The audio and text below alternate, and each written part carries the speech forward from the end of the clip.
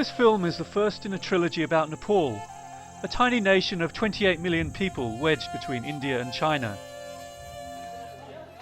The films document the social upheaval as this impoverished and war-torn country struggles to cope with the influx of Western consumerism and democracy, set against the backdrop of a civil war funded by China and the US. But these films are about people, and their struggle within this bigger picture. How the extraordinary social changes taking place in their country affect the people of Nepal, as well as reflecting the lives of countless millions around the world living on the edge of survival amidst poverty and violent reaction against injustice. So this film is about violence and hatred, but it's also about love and peace. Often it takes anger to fire us into action, yet it's love, that slower burning emotion, which sustains us. The film is about the dreams of two people, a Buddhist nun and a terrorist leader. They come from almost identical backgrounds. One has followed a path of peace. The other has been responsible for the deaths of many thousands of men, women and children.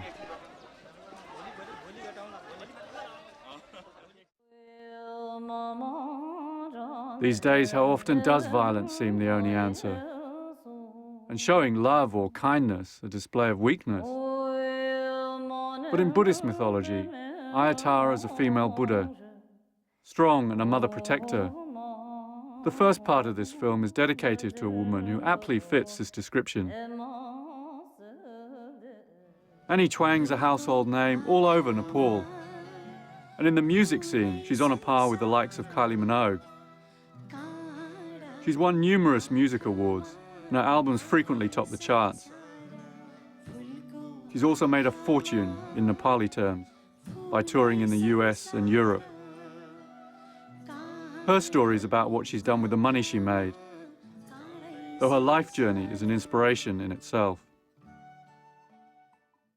We had one room, which was the bedroom, kitchen, the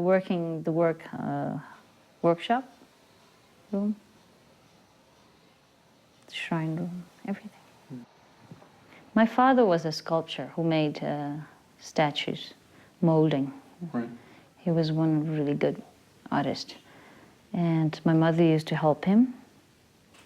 And when you work with, making statues, all these molding things, he has to work with fire a lot, chemical a lot. So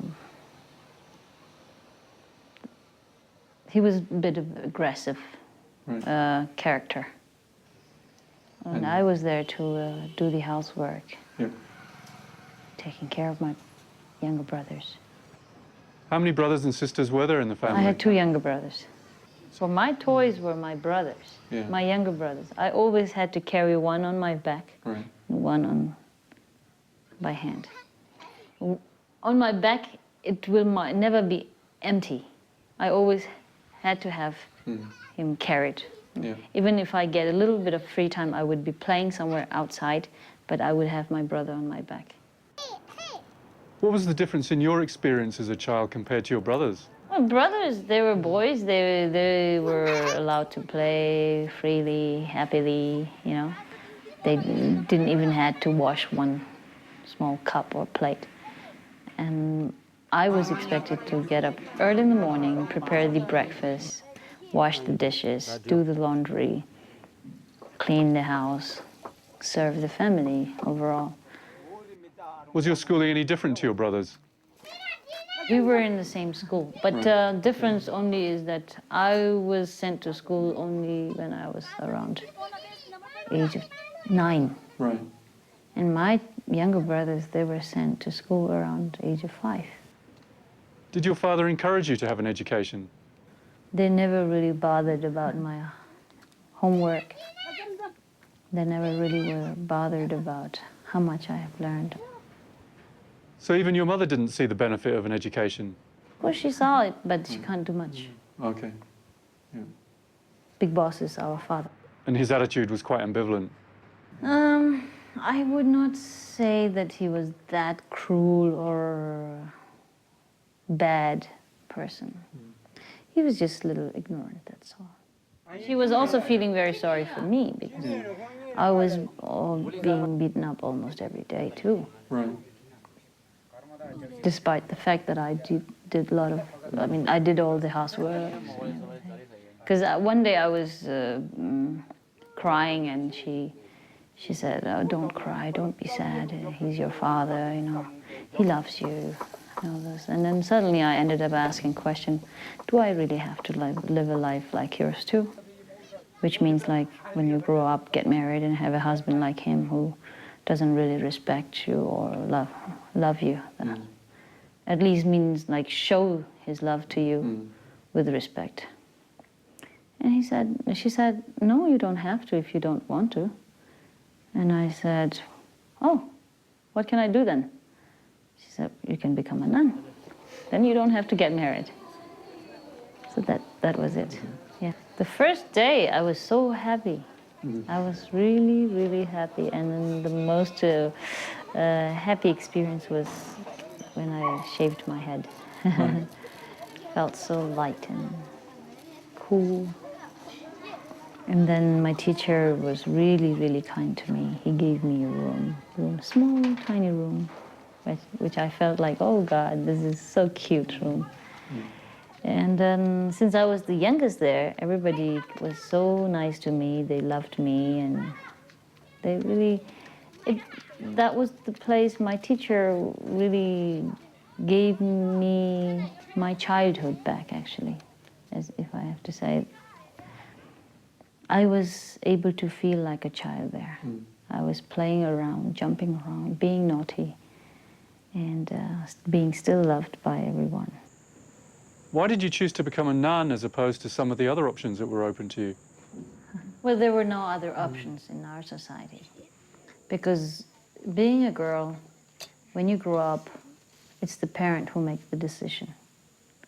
So if I would have remained in the family longer, one day my father might say, "Oh, I'm giving you away to this man." I would have to go. So the only alternative choice was to become a nun. There's two men in my life who really changed my life. One is my father and the other one is my teacher. My father was the one who gave me an total example of a man who could be very unpleasant. Once I went to the nunnery, leaving my family, I met my teacher there, who was the best example of a man. I used to hate my father a little bit, in the beginning, actually. But then there I got a chance to learn, to study my hatred a little bit. Why I hate him. And then my teacher also taught me how to think of the good thing about him. And when I started thinking about the good thing about him is that he worked so hard in his life. And why? It was not only for him, it was to feed all of us. So thinking of that, and then I thought, oh, he was kind.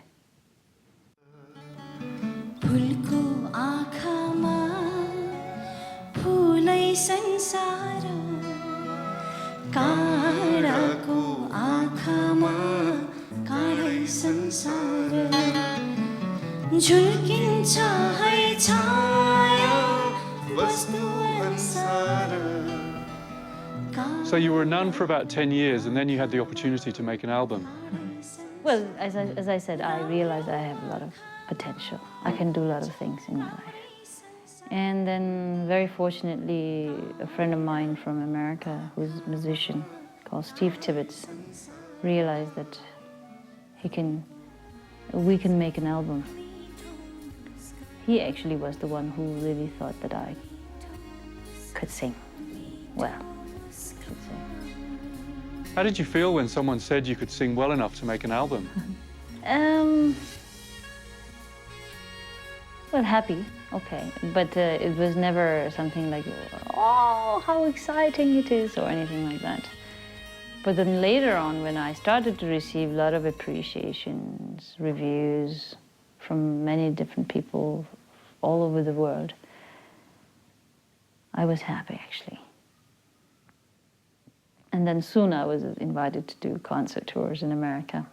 But still, you know, when I was ready to go to America, I thought I would just see America, that's all. I didn't think that I would make so much money. And then when I realized that I could make money, then I said to myself, now I can make my dream a reality. So you already had a dream. What was that dream? And that was this dream to establish a school for nuns. Really help the nuns to realize their potential and to see all the nuns educated. So, and as you see, it's the mother in our Asian countries who really holds the family together. That's why I always try to tell people, if you educate a man in our society, you educate only one person. If you educate a woman, you educate the whole family. Yeah, so I started telling people about my dream then. And every time I was doing a concert, at the end I always tell people that the main reason for me to do this concert is not for me to become a rock star or a pop star. It is mainly to raise some funds for the school that I had as a dream. How long were you performing before you started building the school? I started touring in 1998, and I started constructing the school building in end of 2002. And last year, one phase of the school is ready. One big building is ready. Now we have more than 50 students there, and more than 10 working staffs are there. Where do the students come from? Mostly from the remote parts of Nepal. And I often tell them and make them understand that how fortunate they are to be in this school, because otherwise they could think of their life, how it would have been, and think of a life without knowing how to read and write. And since you are now very fortunate and blessed, why not you bless the others in the future?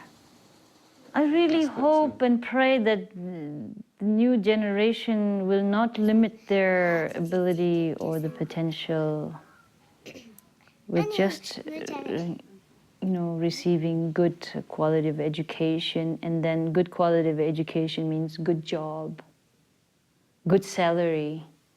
Good salary means then later on a secured family, a nice beautiful wife or a nice beautiful nice husband, few children, get a good house, good car,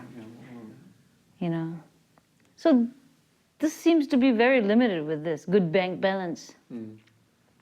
What more? Are they thinking beyond that or not? And I also have realized that I have the potential to inspire a lot of other people, not only my children, to believe in doing good, trying to be a good human being, especially. I have realized that you don't really have to be a saint to make this world a better place. And you don't also have to give up everything for the good of others. It just can be little things in life. How did you feel about yourself before you started this project? I was very confused, and I was like very nervous, and not sure that I'll not be able to do this project. It's very huge. I'm not the right person. Now that so much has been completed, how do you feel about yourself now? I feel good, I have learned more, and now I feel I have this confidence I have gained, I can do many things. And I think like it's because of Annie Chung that I got that confidence, you know. She believed in me. Once you finish your education, what do you want to do with your life? What dreams do you have for your future? In my future, when I complete my education, I would like to come back here at Ayatara and teach small nuns to help Annie Chung's project. What do you think of Annie Chuang? She's our mother, she's our teacher, she's everything. She have done lots for us. Not just for us, she have done lots for many people.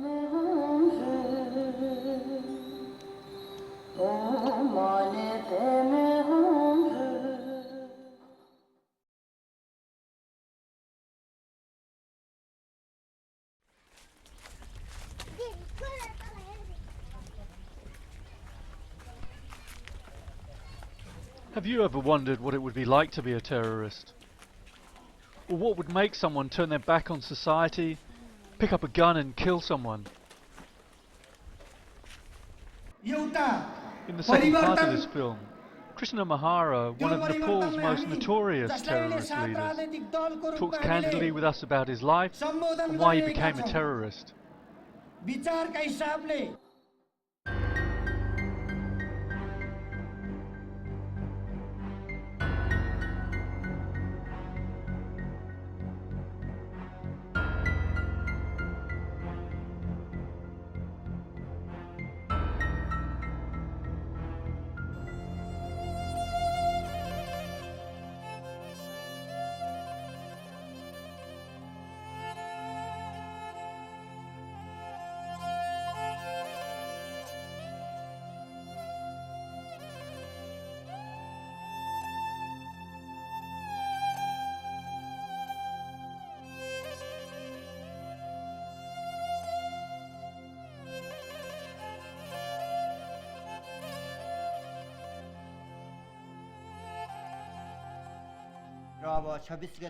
For over a decade, Krishna Mahara was one of the most wanted men in Nepal, but he's now a respected cabinet minister in Nepal's current government.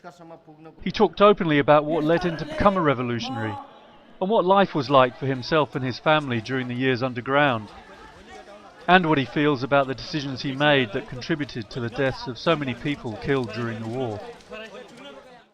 In mountain area, especially in the rural area. In the remote of mountains Nepal, of Nepal 50 years ago, when I was a child, there was no chance of an education, no modern health services, and there were no roads, no electricity, no telephones. Personally, I had no education until I was 10 years old. No chance of any. I belongs to a My very family was lower middle class. lower My father middle worked class. as a watchman on the railways in India for 10 years. We lived in Rolpa. When time spent. I remember when I was in class studying 11, in I the began to notice the way the 9th and local 10th government class. bureaucrats and the village I chiefs see a vast combined comparison together and with worked against the people. a In my heart, administrative this created a and some deep chief, hatred for them. persons of the. I was I revolted think by that this. what I type thought, of what kind this of society is this that Everybody, creates such they are injustice? there. They do not give any justice to us.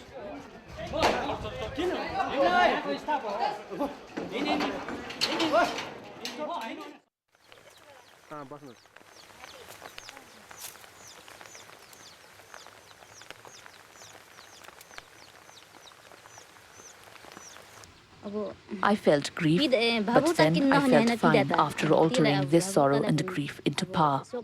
You can't just sit back with sentiments. Converting this mourning into power made more meaning to me. My husband was able to determine his own fate by sacrificing his life as a martyr while fighting for the country and the people. I feel pleased about that.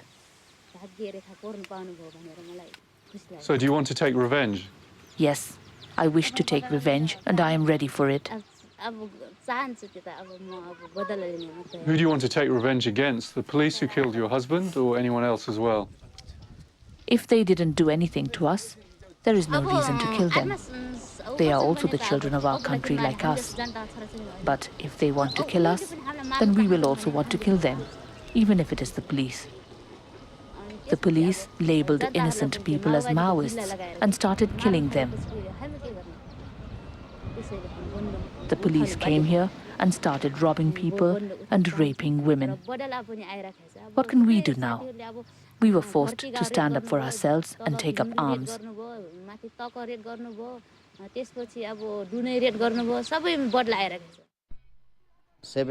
As a result of the atrocities he personally witnessed, in 1997, when he was 20 years old and still working on the family farm, Mahara joined the Communist Party of Nepal. After this, I moved to the district headquarters, where I went to teacher training college for 2 years.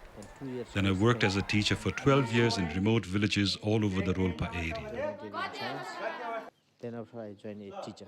During this time, I had three jobs. As a One teacher, teaching, involved in our home business, which was farming, one part of the time teaching, and thirdly, as a party worker. How did you feel during that period? Business. It was a good life. I felt very satisfied because I was involved in every aspect of society. I engaged in every. So from 1991, when the first elections took place, and you'd been elected to Parliament, where did your life take you from then until the start of the war? At that time, we were a very small force. The reason our party joined the Parliament was only to expose the Parliament.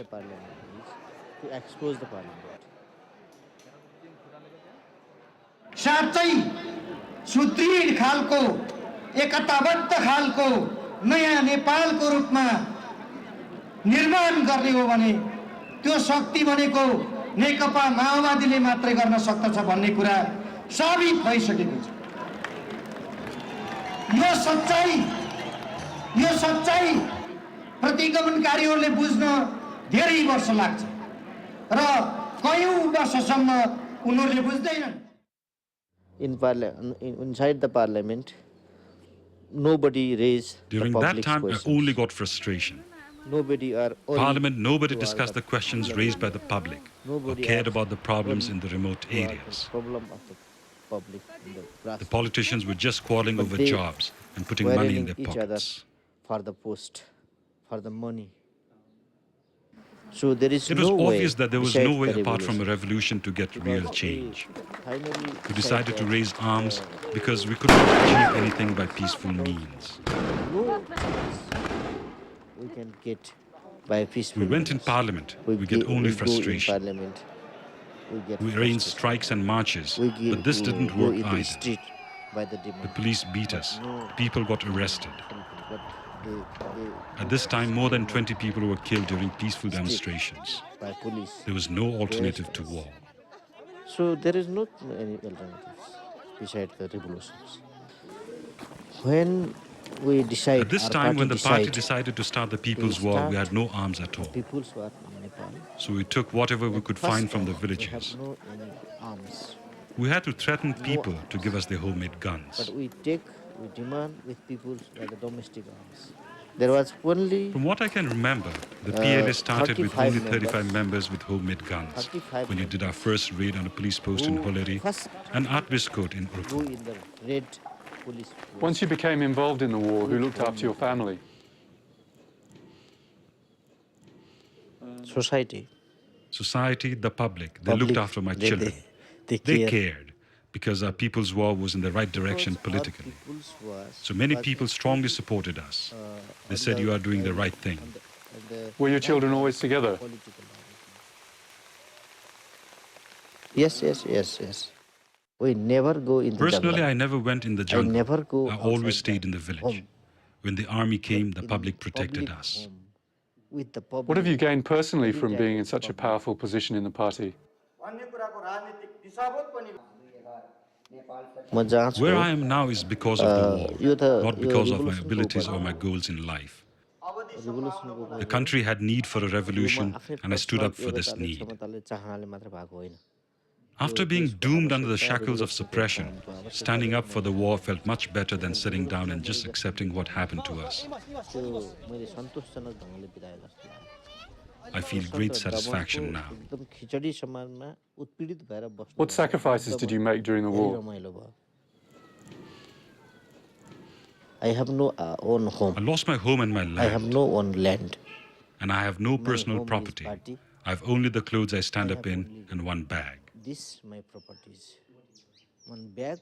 Because of the war, my two daughters were two only daughters, able to two study sons. until year 7. They cannot read. My wife is very also a party worker. And my wife is also with. What was your family life like during the struggle? Sometimes 1 year, sometimes 6 months. Sometimes we wouldn't be together Only as a we family for 6 months or even a year. in the whole family. Most of the time we lived So many separately. times we live separately. When I First went was, underground, in my the son was struggle, 9 years old. When I was going in underground, my What goals do you have for the remainder of your life? no I have no individual goal, goals. but My goal is to I liberate the people of Nepal from the oppression of feudalism and imperialism, country to liberate them. and to have a free, independent and democratic Nepal. But above everything, my goal is to see the end of discrimination between two human beings. The discrimination between the human beings. War is not something I wanted. War is not it my came about by circumstances. will. If Nobody our wanted war. 45 demands fulfilled, If our demands had been met by the government, we would have made social change by democratic ways. we will go in the social transformation in the democratic way. So peace Peace is is necessary. necessary. I am the favor of the peace. I am in favor of peace. But if I But if I surrender my weapons, when there is still discrimination and conflict, how can there be real peace? then how can we get? I never thought about when I would die. It just happens. My dream is to be a martyr. And I don't want to die in a house, in a bed. I want to die among the people. Not a house within the house. Not in What do you feel about the deaths of all the people killed during the war for which you share responsibility? This country has been brought to this new era at the cost of their lives. We should be proud of them. They are the authors of history, and their deaths have not been in vain. The people that died during this war are martyrs.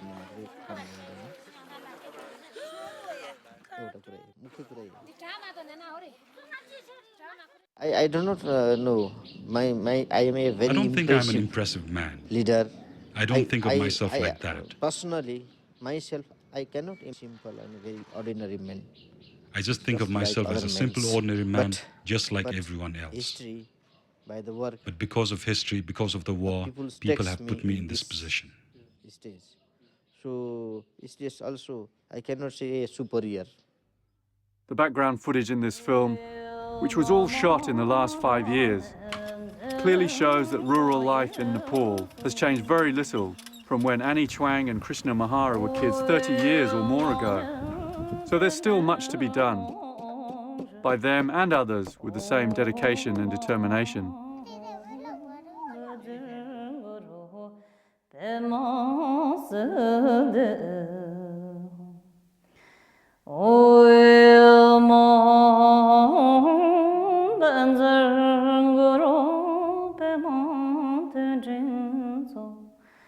Bhadar Samaya